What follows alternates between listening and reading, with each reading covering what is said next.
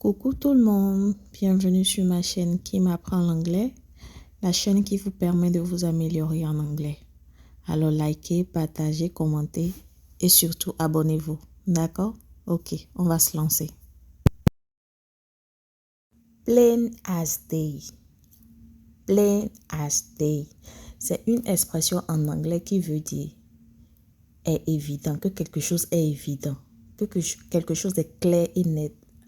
On n'a pas besoin de tourner autour du pot. Ça se voit. Par exemple, it is plain as day that he is lying. C'est clair qu'il est en train de mentir, ne vois-tu pas? Donc, la prochaine fois, quand vous voulez dire que quelque chose est évident, vous pouvez utiliser l'expression plain as day. Up in the air. Up in the air. Ça veut dire, en anglais, c'est une expression qui veut dire quelque chose qui n'est pas défini. Un plan qui n'est pas défini, quelque chose qui n'est pas planifié. Peut-être vous avez un voyage, mais vous n'avez pas encore planifié, vous ne savez pas, c'est seulement là, quoi. C'est en l'air. Vous ne savez pas quand est-ce que vous allez partir, quand est-ce que vous allez le faire, vous ne savez pas. C'est juste là. Par exemple, Chantal told me she would love to visit Paris, but her travel plan is up in the air. Chantal m'avait dit qu'elle voudrait visiter Paris, mais son projet de voyage n'est pas planifié, n'est pas défini. On ne sait pas quand est-ce qu'elle veut venir visiter Paris, quand est-ce qu'elle va venir, on ne sait pas encore. D'accord? Call it a day. Call it a day, c'est une expression en anglais qui veut dire d'arrêter de travailler, prendre une pause pour une journée. Arrêtez simplement de travailler. Par exemple, vous êtes fatigué, vous avez besoin d'une pause pour la journée. Vous faites we need to rest, let's call it a day. D'accord?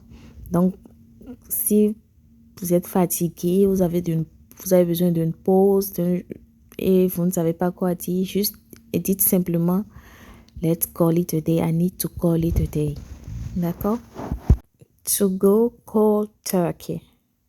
Go cold turkey. C'est une expression en anglais qui veut dire arrêter quelque chose soudainement. C'est-à-dire prendre la décision d'arrêter, stopper, arrêt total, complètement. Une mauvaise habitude, quelque chose, peut-être l'alcool, peut-être la drogue, peut-être, je ne sais pas, une mauvaise habitude que vous avez décidé d'arrêter complètement. Par exemple, you can go cold turkey with alcohol. It's up to you. Tu peux abandonner l'alcool. Ça dépend de toi. Vous vous rappelez, on a vu l'expression it's up to you. Si vous n'avez pas encore vu la vidéo, allez dans les autres vidéos un peu plus bas avant celle-ci. On a vu l'expression it's up to you qui veut dire la décision te revient, ça dépend de toi. D'accord? Go cold turkey, abandonner quelque chose, arrêter quelque chose. Prendre la décision d'arrêter, de stopper complètement une mauvaise habitude. Voilà. Alors, pour les verbes irréguliers aujourd'hui, on va voir to bring, qui veut dire apporter.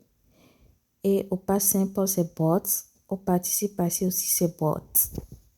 Ensuite, on va voir to build, qui veut dire construire. Au passé simple, c'est built. Et au participe passé aussi, c'est built.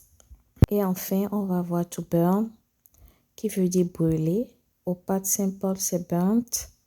Et au participe passé aussi, c'est burnt. Ok, pour les mots en anglais aujourd'hui, on va voir nails. Nails, ça veut dire ongles, les ongles. Nails, les ongles. Ensuite, on va voir nails. Knees. Knees, ça veut dire genoux, les genoux. Après, on va voir toes. Toes, ça veut dire orteils, les orteils. Et enfin, on va voir eyeballs. Eyeballs, ça veut dire les sourcils, les sourcils.